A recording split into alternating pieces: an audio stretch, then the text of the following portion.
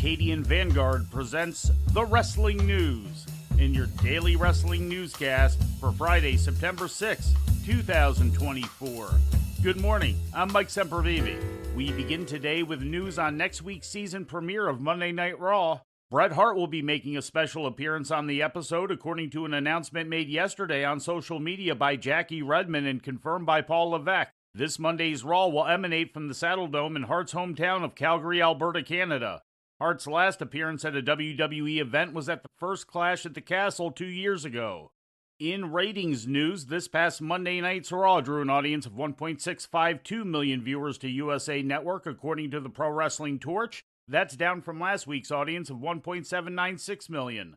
The rating in the 18 to 49-year-old demographic was a .49, also down from last week's demo rating of .57.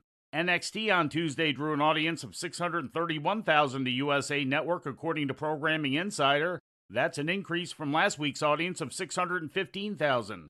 The rating in the 18 to 49-year-old demo was a .17, also up from last week's rating of .15. This past Wednesday's episode of AEW Dynamite drew a total audience of 660,000 viewers to TBS, according to WrestleNomics, down nearly 5% from last week's audience number of 691,000. The go-home episode for Saturday's All-Out pay-per-view is the fourth lowest number Dynamite has done this year. The rating in the 18 to 49-year-old demographic was a .19, down significantly from last week's demo rating of .22 and equating to 259,000 viewers. The show was down nearly 40% in the demographic compared to the same week last year. TNA Wrestling presented Impact last night on Access TV, featuring matches taped on Saturday in Louisville, Kentucky. In the main event, Moose and JDC of the System defeated Mike Santana and Joe Hendry, with guest commentator Josh Alexander attacking Hendry during the match. Maybe you should focus on the match at hand. Don't worry about me.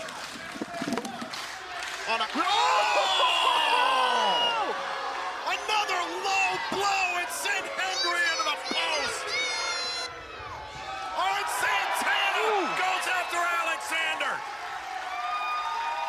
The referee was checking on the System, didn't see Alexander strike Hendry, and the match is still going on. And Santana sticking his nose where it don't belong. Knockouts champion Jordynne Grace was in action defending her title successfully against NXT's Carmen Petrovic. Prior to the match, Ariana Grace announced herself as the new talent liaison between NXT and TNA. The lights went out following the match, then came back on to reveal Jordynne Grace lying unconscious. Jake Something turned on Eric Young following their match, which saw Young achieve the victory. Steve Maclin ran in to make the save. In other results, Zachary Wentz and Speedball Mike Bailey teamed to defeat the Good Hands. Josh Alexander beat Kushida, and Matt Cardona confronted Steph DeLander during an in-ring promo that saw PCO arrive and chase Cardona off. What? Are you crying? Are you crying, Steph? Why are you crying, Steph? Am I hurting your feelings, Steph? Am I hurting your feelings? You are nothing with them.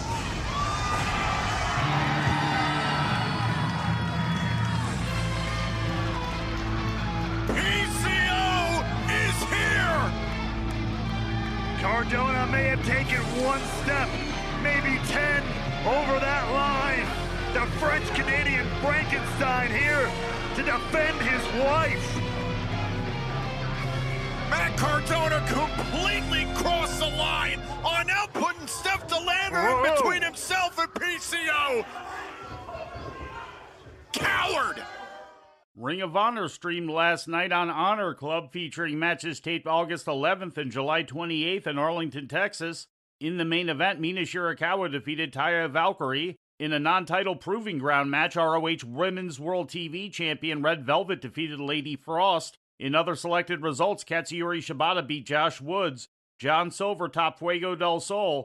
Griff Garrison went over Angelo Parker. The Spanish Announce Project beat the Iron Savages, and Lee Johnson beat Nick Camaroto. And finally, we close with some legal news. Rich Swann was found guilty of disorderly public intoxication earlier this week in a Florida court. Swann had appeared in court on Wednesday and pleaded no contest to the charges. Swann was fined $203 plus $285 in related fees and was put on 6 months probation. The charges stem from an incident that occurred this past June. And before we leave you today, we'd like to remind you that however you consume your content, You can find the wrestling news 24 hours a day and 7 days a week across social media. On Twitter, follow us at Wrestling News AV. Our Facebook page is also Wrestling News AV. The Wrestling News can also be found on the Arcadian Vanguard YouTube page. And for those who utilize Amazon Echo devices, just tell Alexa to play the Wrestling News podcast. And remember to make sure you add podcast at the end. Once again, for daily updates, breaking news, and more, follow the Wrestling News across social media. And that's the news for today. If anything happens, we will be here to tell you about it. No clickbait, no paywall, just the Wrestling News. The Wrestling News is a division of Arcadian Vanguard, and the Wrestling Newscast is a production of the Arcadian Vanguard Podcast Network.